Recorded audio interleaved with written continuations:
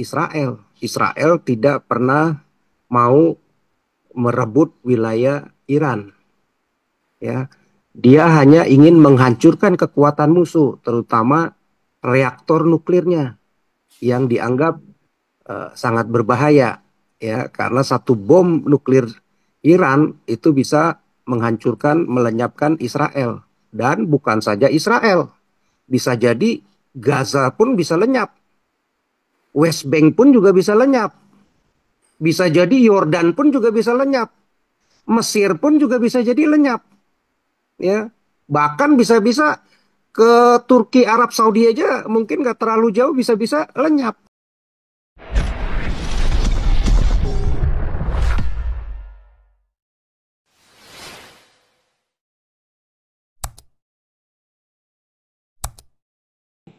Oh, oke. Ya.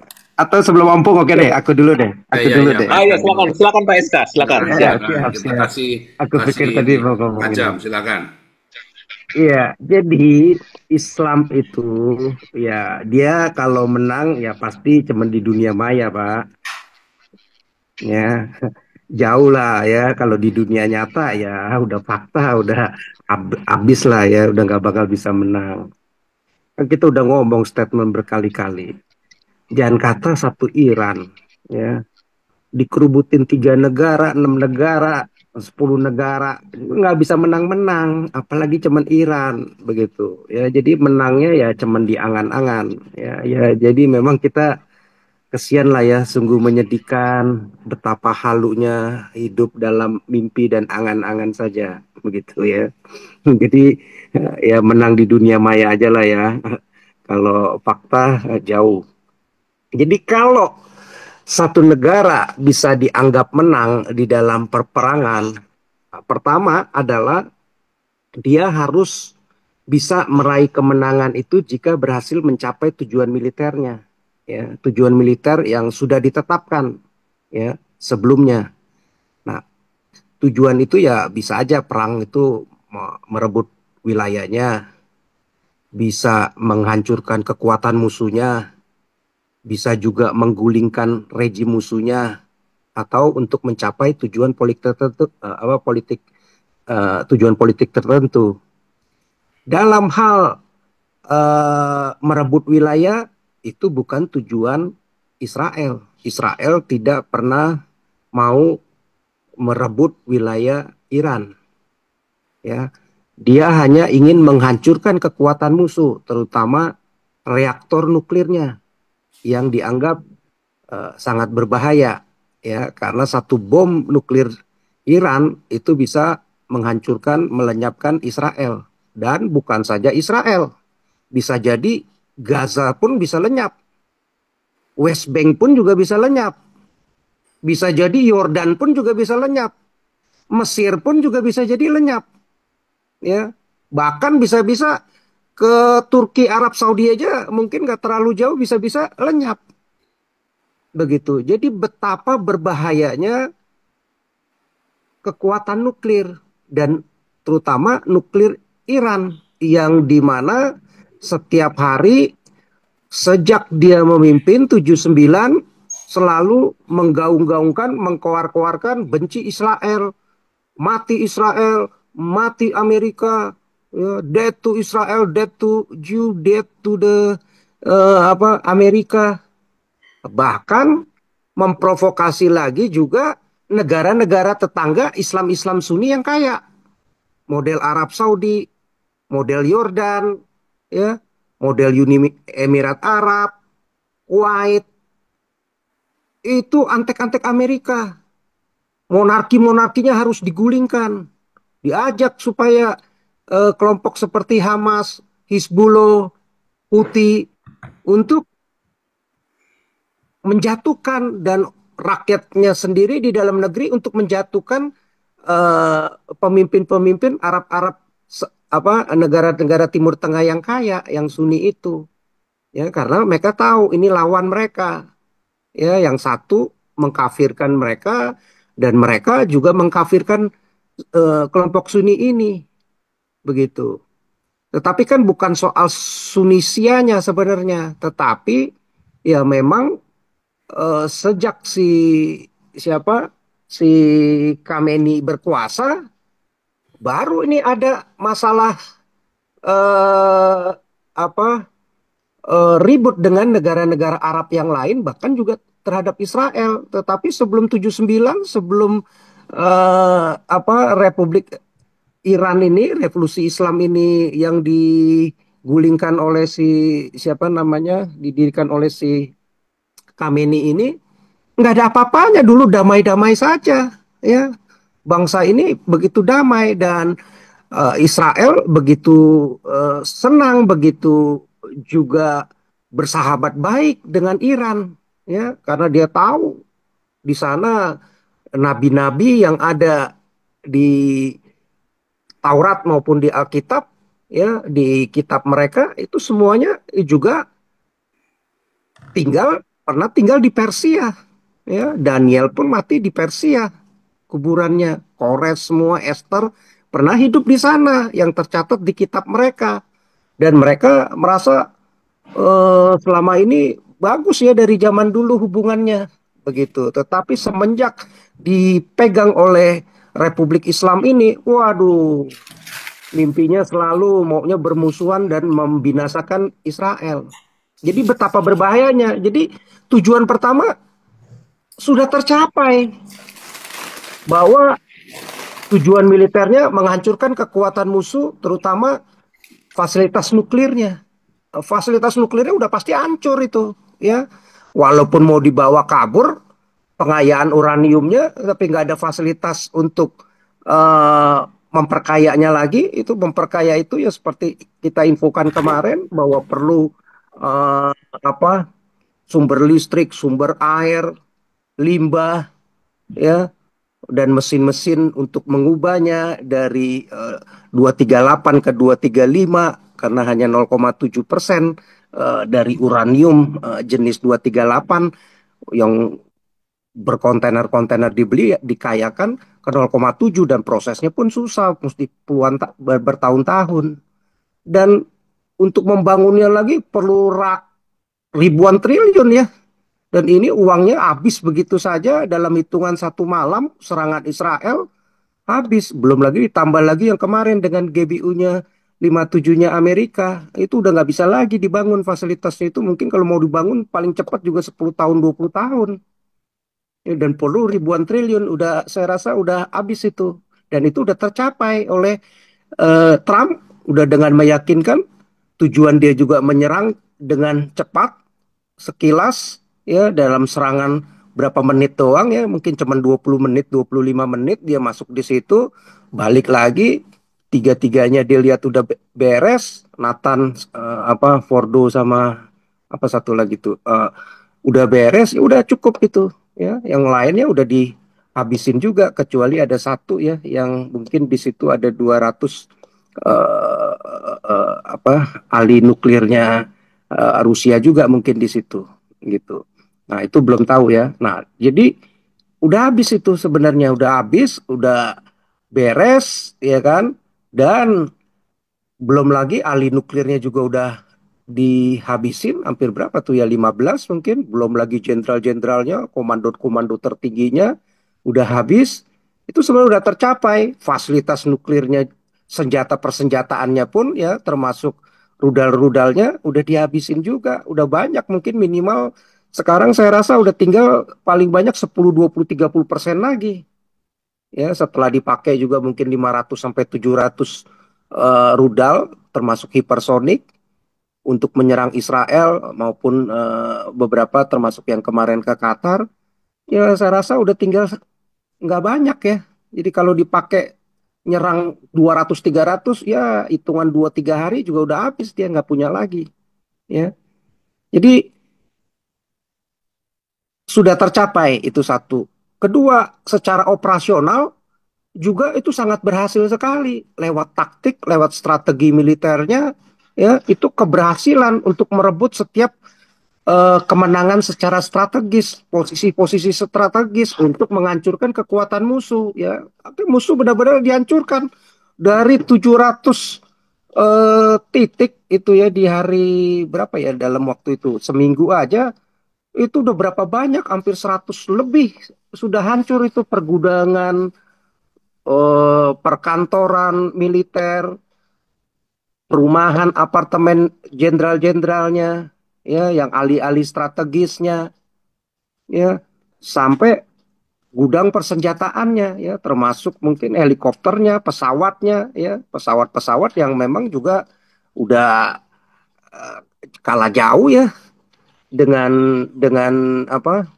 Dengan pesawat Israel, ya. Jadi betapa begitu gampangnya Amerika 200 pesawat masuk, 50 pesawat masuk, kemarin 125 pesawat masuk punya Amerika, nggak ada perlawanan. Yang kena cuma empat itu aja tuh ya, empat apa sih namanya? Eh, apa tuh kalau yang ini drone, drone Israel. Ya, nggak ada pesawat satupun kembali aman, Amerika semua aman. Artinya nggak ada perlawanan sama sekali begitu ya, kalau boleh dibilang istilahnya lu udah katrok banget gitu, nggak ada perlawanan itu, lawan negara katrok intinya begitu, cuman menang koar doang ya kan. Jadi cuman menang halu doang lu begitu di dunia maya doang, hancur semua. Itu indikator udah keberhasilan secara operasional, strateginya luar biasa, apalagi hari pertama waduh menggetarkan ya.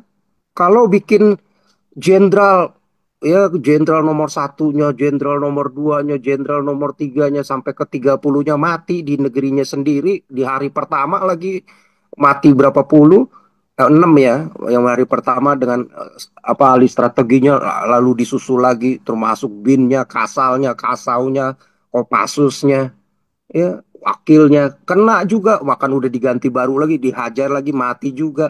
Itu benar-benar memalukan, benar-benar katrok lalu pertahanan negeri lu, ya.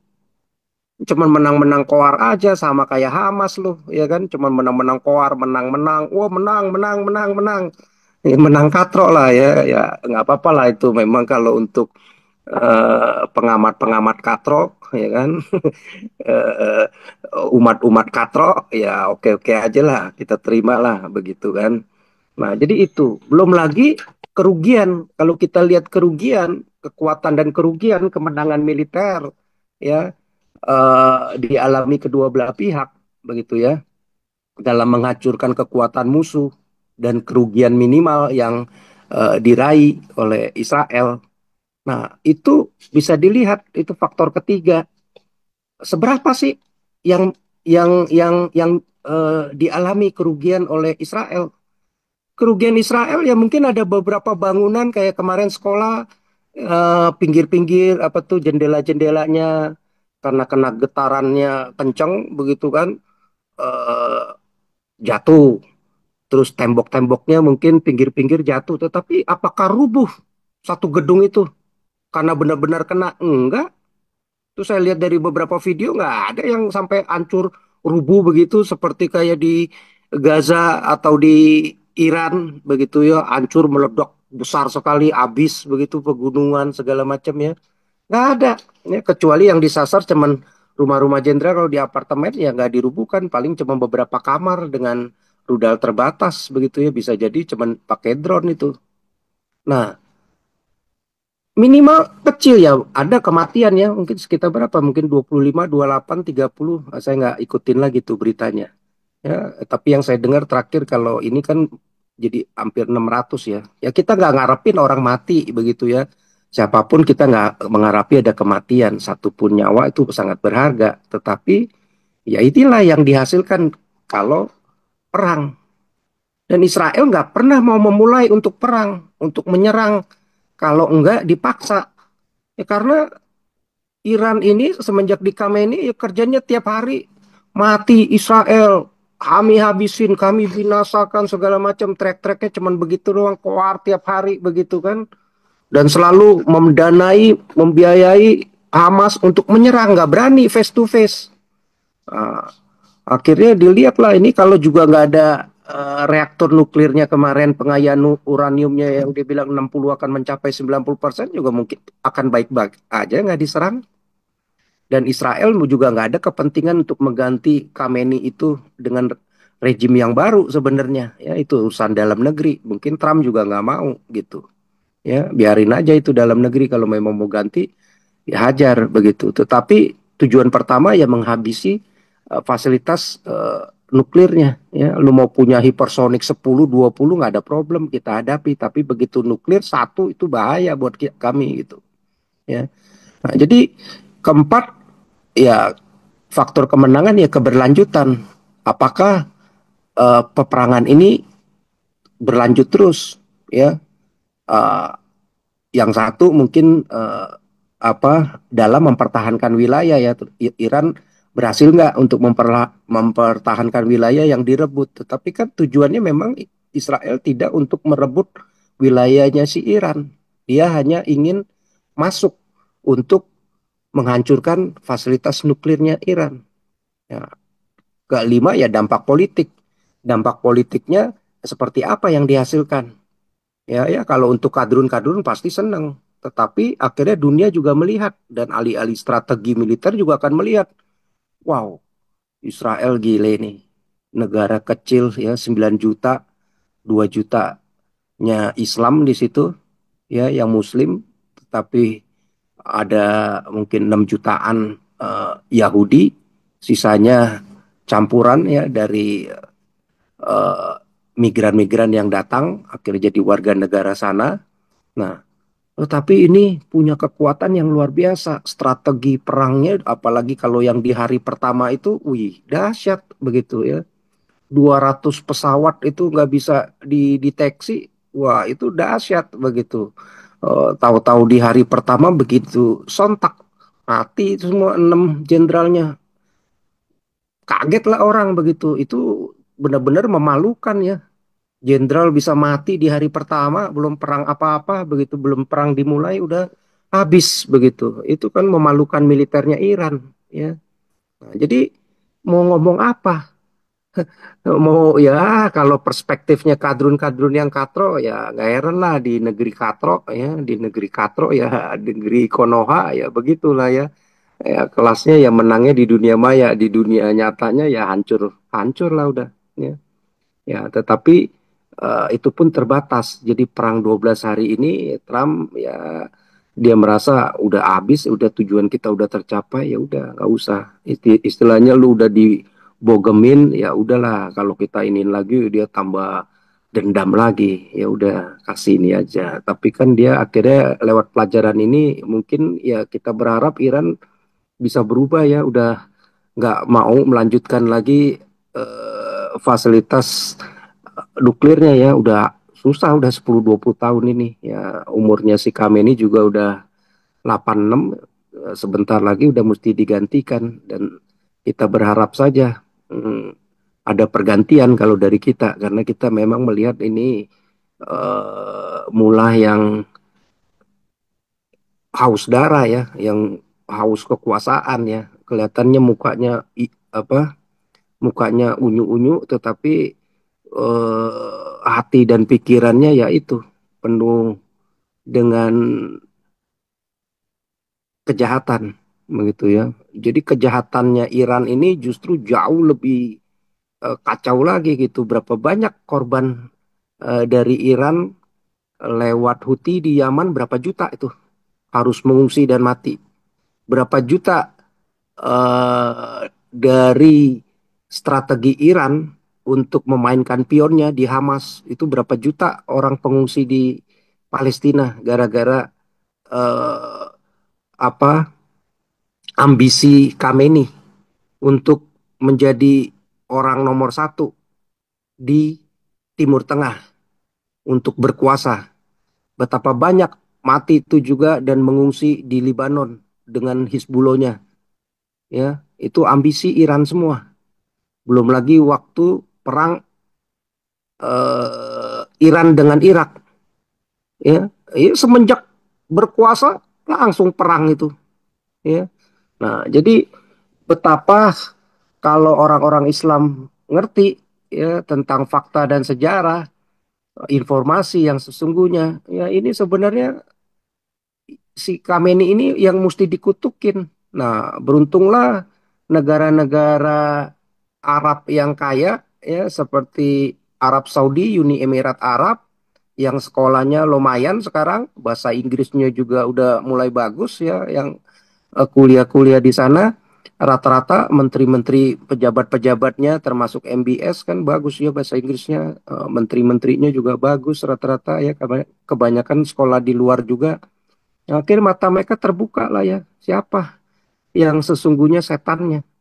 Ya ternyata ya Khamenei ini, makanya Khamenei nggak pernah disupport ya, tetapi untuk lebih menutupi karena itu di situ negara Timur Tengah ya, dia katakan ya sebatas eh mensupport atau ya bahasanya yang normal-normal biasa aja ya, nggak sampai memberikan senjata, dana atau bantuan militer apapun kepada Iran walaupun sesama Muslim, karena ya dibenci dan mereka senang lah turun. Dan kita lihat sekarang udah mulai banyak juga Muslim-Muslim di Indonesia pun yang tadinya mengutuk Israel, sekarang banyak juga yang mulai-mulai terbuka ya. Jadi saya pikir semakin lama semakin ini akhirnya ya namanya kejahatan selalu terbongkar gitu. Dan kita lihat sekarang udah mulai berubah ya. Kalau dulu mungkin 5-10 tahun yang lalu di dunia eh, di Indonesia maupun di belahan dunia yang lain,